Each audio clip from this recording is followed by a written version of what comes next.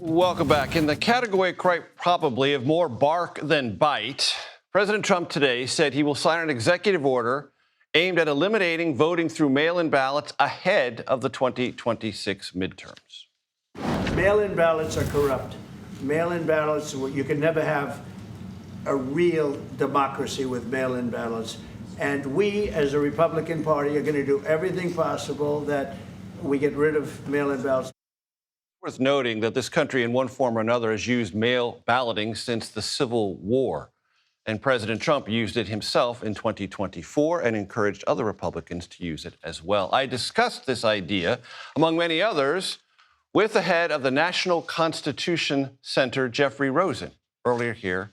And here is some of that conversation. Jeff, it's so great to see you. Thanks so much for joining me at the Conversation Corner.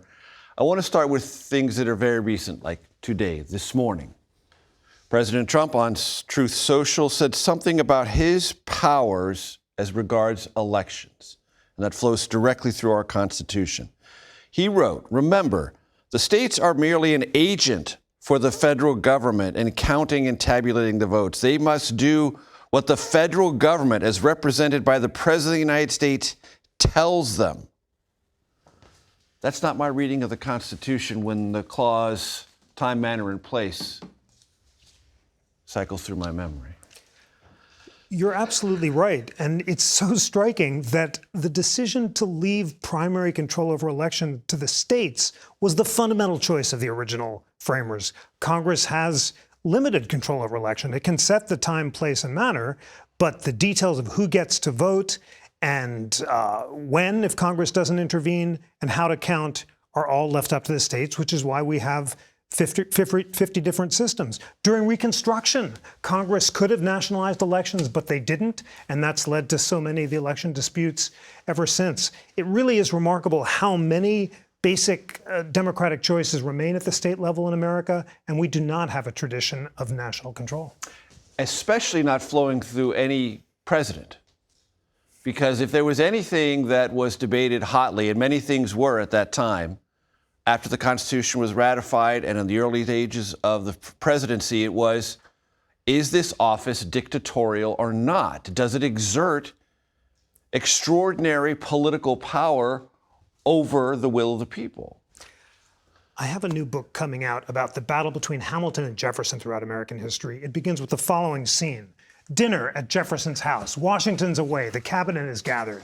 At some point, Hamilton says to Jefferson, "Who are those three guys on the wall?"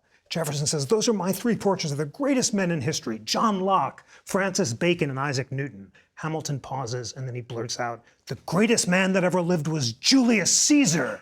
So Jefferson writes in his diary, this proves that Hamilton is for a monarchy bottomed on corruption, and he wants to resurrect Caesar in America. Now, it's an amazing story because Hamilton is almost certainly joking. He fears Julius Caesar running in at the head of Shays' rebellion and being a demagogue who will foment anarchy from below. Jefferson fears a Caesar from above, and both of them unite to oppose Aaron Burr, who they fear is a would-be Caesar who wants to lead an insurrection and install himself as a dictator. The point is that the fear of Caesarism is the central concern. It's the reason that the Constitution is designed to avoid concentrating all power in one man. And although Hamilton and Jefferson disagree about how strong to make the executive, they are both determined to prevent a resurrection of King George. And that is so much a part of our conversation right now because this administration not only has the unitary executive, but it roots it in, among other things, Federalist 70, in which Alexander Hamilton says, and I'll read it right here, "Energy in the executive is a leading character in the definition of good government."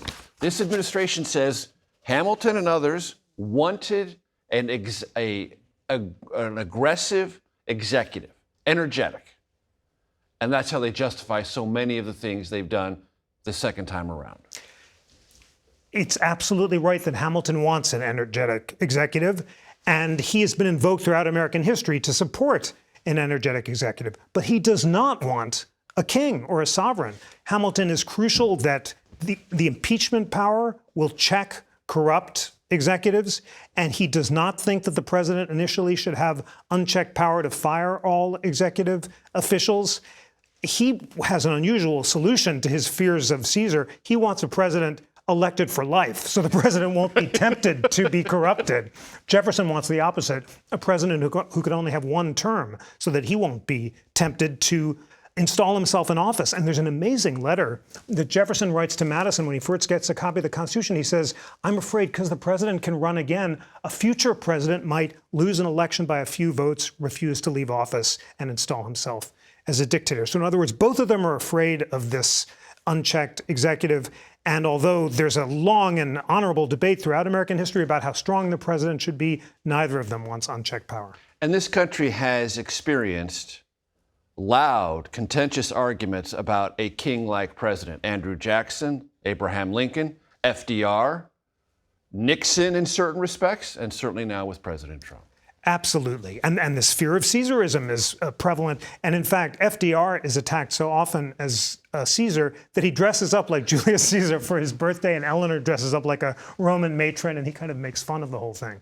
So there's a very honorable tradition in America of fearing concentrated presidential power. But the point is, separation of powers is the fundamental constitutional principle. The president's not a king. We, the people, have the sovereign power. No one branch of government can speak for our name, and it's urgently important to prevent an aspiring dictator who would consolidate all power in his own hands.